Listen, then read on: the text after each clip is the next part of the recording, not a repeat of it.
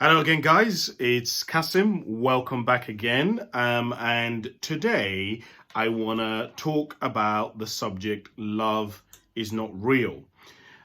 And I want to talk about it from a male's perspective. And perhaps it may be able to add some value to the quality of your life. Perhaps you might be able to take something from it. You know, before I start talking about this subject and what has come up for me as I've been reflecting on this, one of the things that I would share with you as a guy, if you are a guy who's watching this, is to start to just journal. Do part of the reason why I've uploaded these is maybe one day I hope somebody. I'm not doing it because I'm trying to get a lot of views or anything like that, but I'm doing it because I hope one day somebody is going to come across one of these videos randomly and they're going through a period in their life where they've got a lot of questions that they need answering to. And what I would put to you is, a lot of the questions you already know. A lot of the questions are held within you, but it's a matter of actually looking inside and exploring and trying to analyze yourself and trying to pull things apart. Now, obviously, you can take that to the extreme and it can become detrimental, but I do feel like a lot of us guys, we've never spent any time looking inwards. We've never spent any time looking at ourselves, exploring what is the point of life, what is success, what is leadership. We've never defined life for ourselves. We've never defined what we want in our life. So that's what I wanted to start off by just saying. But as I was reflecting on this, this point of love isn't real from a male's perspective, I wrote down some things here and I'm just going to go through them and share them with you. I hope they can add some value to you. So the first thing that came up for me as I was reflecting on this topic is the fact that I have tended to feel like if love was real, then I would have it. And if I didn't have it, then it wasn't real. And I feel like there is a lot of us who go through life feeling like that.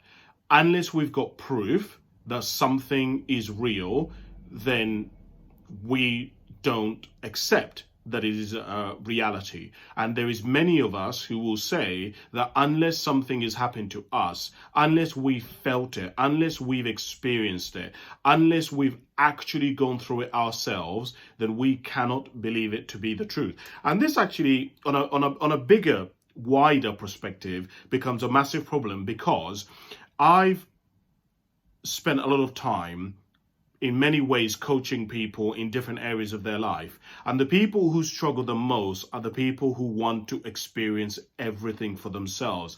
Kasim, I have to, I used to have a friend of mine who used to say to me, Kasim, I have to go through it. Let me make the mistakes. Let me go through it. And I said, why?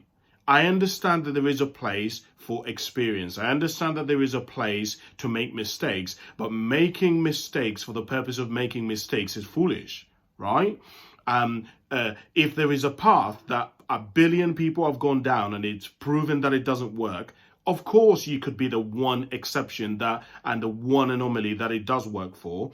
But I feel like as people, we do have to use an element of calculated risk. We do have to use an element of wisdom. And it isn't just that we have to just be brutal and we have to do things the way that we want to do them. And part of this, going back to this point of love isn't real, is understanding the importance of having relationships. Right? The importance of love, understanding, well, if it isn't about love, then what is it about? Right? If the center of humanity and why we do what we do and meaning and deeper connection isn't at its source love, then what is? Could it be hate? Could it be fear? Right? Could it be rage? What is at the core of your being? What is at the core of your actions? What is at the core of humanity? And I feel like that is something that, prefacing what I said earlier on, going back to the preface that I said earlier on, is something you have to think about, because all of us in one way or another are motivated by something. And if you're not careful in life, it is very easy to go through your life and be living your life from a deficiency, be living your life from erroneous zones, be living your life from an error in judgment, an error in ideology, an error in belief system. It is very, very, very, very easy to do that, which is part of the reason why I say that, you know, part of being maturing and being a successful male isn't simply about making the mistakes yourself and you always being right. It's about leadership. It's about instinct. It's about understanding. It's about understanding that sometimes you have to lose in order to gain. It's about understanding that you have could mean a lot more to somebody in a relationship than they might necessarily mean to you. You could be an 8 out of 10 and they may be a 6, but actually you two combined make a 10,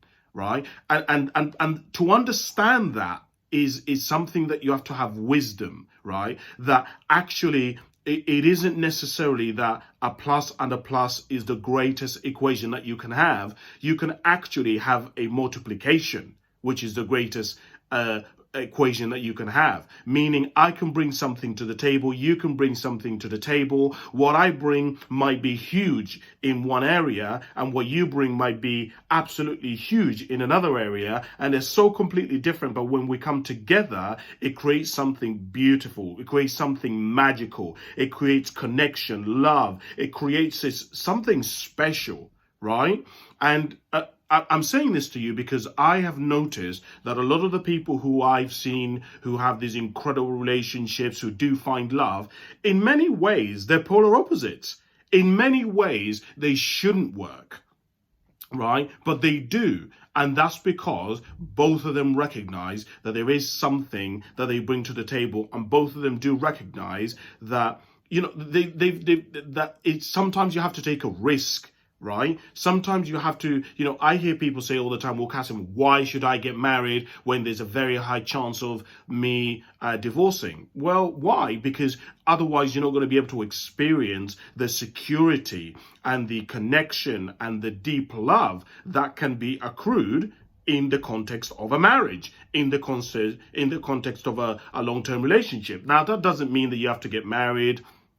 You can have a civil partnership or whatever, however you may want your relationship to be. It's your life. You can do whatever you want. But I'm just saying to you, there are some advantages, and I have noticed in my life that there are some advantages to being able to find that connection, to being able to find that stability, to being able to have someone who's got your back. There is a lot of advantages to it.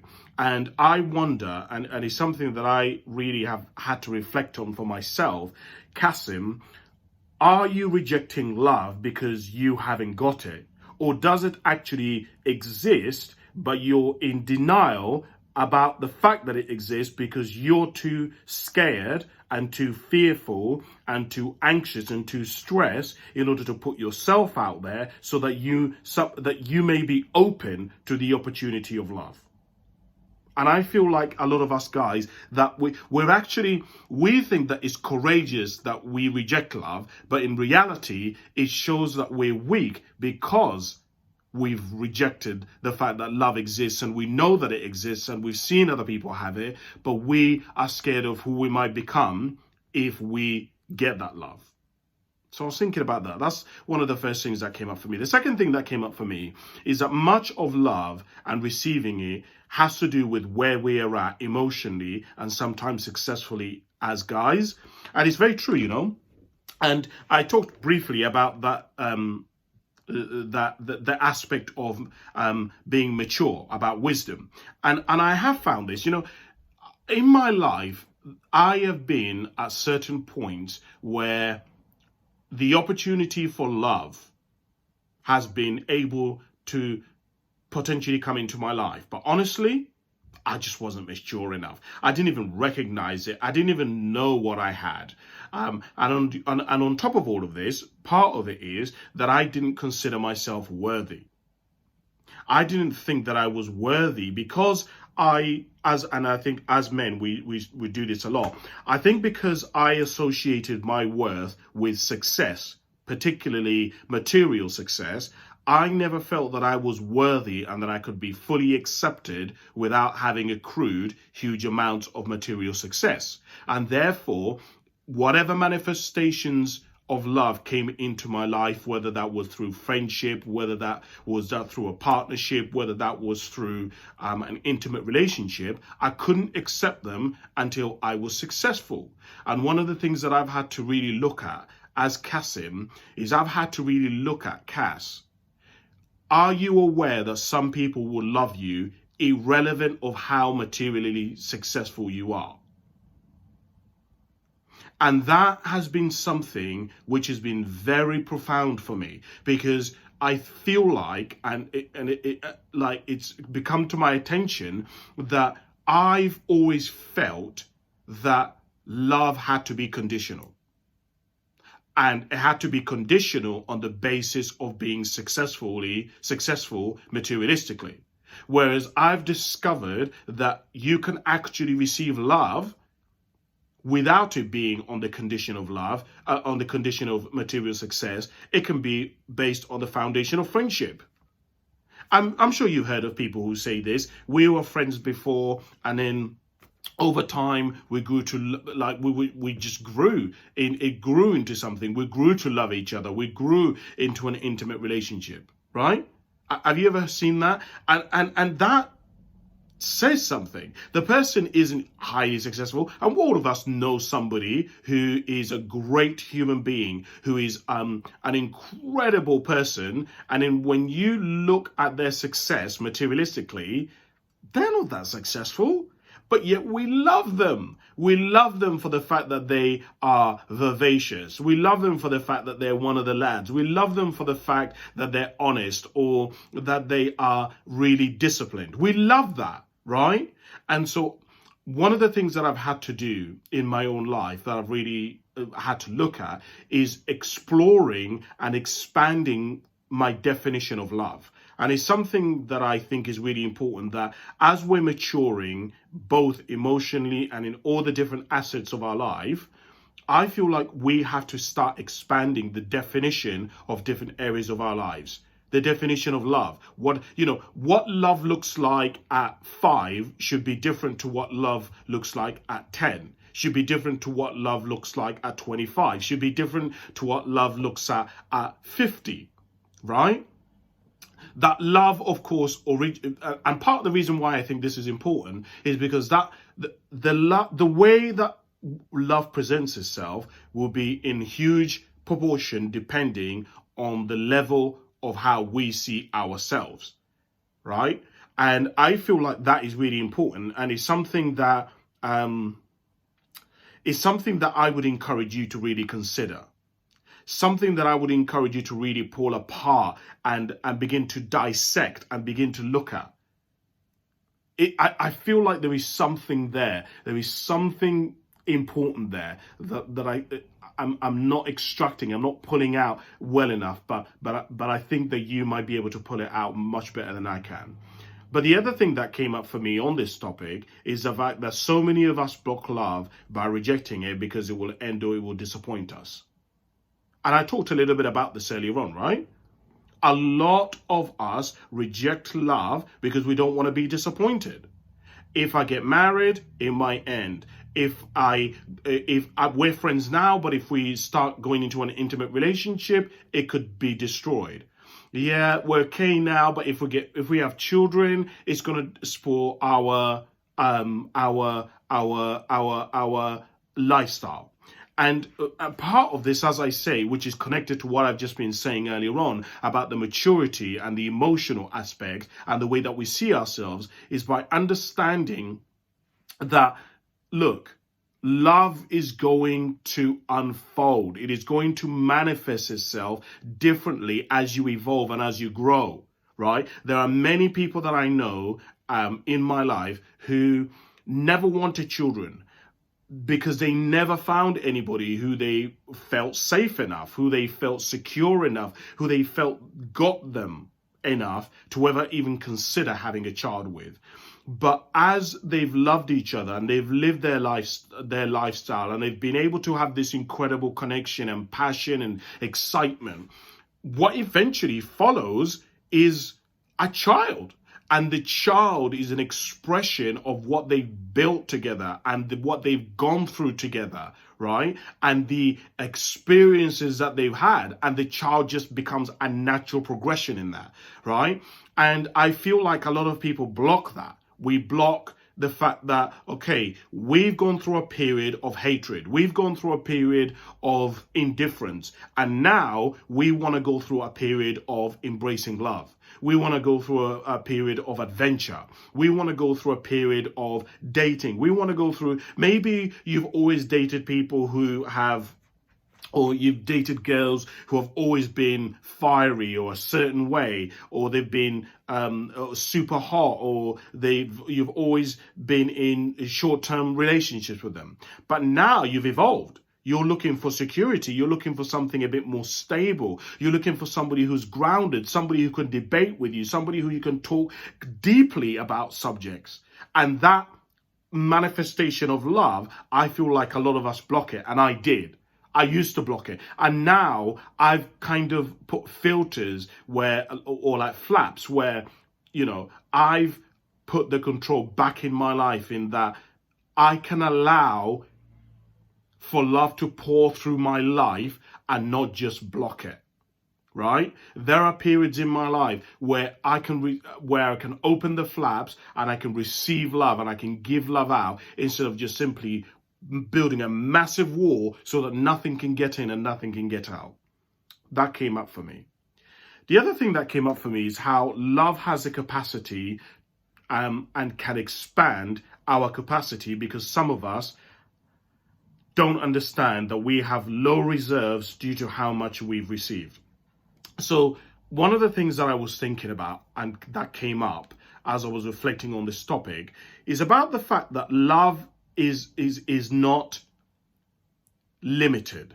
Love has it has a plasticity. It has capacity. It has the ability to expand. It has the ability to contract. It has the ability to grow. It has the ability to manifest itself and transform and transcend. Whereas I'd never really thought about that before, right? And what I began to realize is that you can grow up with such little love in your life that you don't believe that love exists because of that. And what I've come to realize is, did you know that you can choose and make the decision to go out there and increase the level of your love capacity? That you can actually go out there and open your heart and open your spirit and embrace love and embrace people. And I say this to you because I've met people who've gone through the most horriblest childhoods. And yet they're some of the most loving people I've ever met. And I get so confused because I'm like, how can you have gone through so much shit in your life and yet you're such a wonderful person? I don't get it. Like, explain it to me. And what I began to realize is that just because you haven't been given love, it doesn't mean that you can't grow it for yourself and then eventually give it out to others. I never realized that, right? It took me years to realize that. I sometimes meet people whose family have rejected them. And particularly, I'll give you an example. So I used to work in a school, and in the school, I used to have a student who basically had a surrogate mum, right? This woman would wash this boy's clothes. She would feed him. She would send him to school. He would do the homework at our house. Like, she would do everything, right? She would celebrate his birthday. And part of the reason why she did this was because the mother had neglected the child. The mother was a drug addict. The mother was struggling herself, right? And this isn't me saying that the mum was a bad person. I'm just giving you the comparison and perspective so you understand the situation. Obviously, everything's a lot more complicated, and I'm simplifying it. And this young boy, when he was much younger, when I was dealing with him, he really was a horrible child, to put it simply. But over time, what I began to realize was this boy was changing. His level of empathy, his level of sympathy, his level of defensiveness for other people who have experienced injustice and who were going through a period in their life which was very difficult. His level of concern for these individuals was inspiring, I guess, is really the only word that I can use to describe it. I found it inspiring. And I was like, what is going on with this? And what I began to realize was people around this boy were pouring so much love into him, and he was deciding to embrace it. You know, sometimes like you can go through crap, and even, I don't know, you've been through a bad relationship, you've been treated like crap, and even though someone nice comes along, you can reject their love because you're like, well, they're probably lying, they're probably deceiving me, this is probably like some narcissistic thing that they're doing. But in reality, they're just a good person. And this goes back to actually connected to what I said earlier on, that really how we receive love will be in huge timing is a huge part of it. Where we are emotionally, how much we're wanting to receive love, how open we are, how mature we are. And you meet those people, and sometimes you meet people who've gone through terrible things, as I've said all throughout this. They've been cheated, they've been lied to, but yet they're open to love, and they just happen to meet the right person, quote unquote, right? Who is a good person. And I just think there is something there. So that came up for me. I think there is definitely something there around realizing that as humans, we have the capacity to expand our love capacity. We definitely can, and we can grow that. And this student really grew. He really developed his maturity, his understanding, his empathy, and it was truly inspiring. The last thing that I wrote down here that I want to touch on is the fact that for some, love is not the highest need or value, so we don't even value it or recognize it. Boy, oh boy, oh boy, oh boy, is this true. You know, when I started looking at myself and really looking at myself, one of the things that I was really wanting to understand is, what did I need? So I know, for example, that food is a really important thing in my life. Not just like, you know, some people love food. Food is a vital aspect that really regulates a lot of how I feel. I can have everything, but if I don't have a decent meal, I will be a horrible human being. What else? The ability to not feel trapped. I don't like feeling trapped. I don't like feeling like I can't escape. That is something which I need. I need freedom. Freedom is something I would much rather have freedom than security. Right? I would much rather have the adventure than have stability, than have consistency. That is not something which I desire. And so one of the things that I began to realize about myself was the fact that I value certain things over other things. Like love wasn't my highest need. And I began to see for some people that it was. I began to see for some people that children are a really high need for them. I began to see that for some people, marriage is, money is, adventure is, living in a countryside is, owning their own house is, how they look, like their physical image and their appearance is a huge need.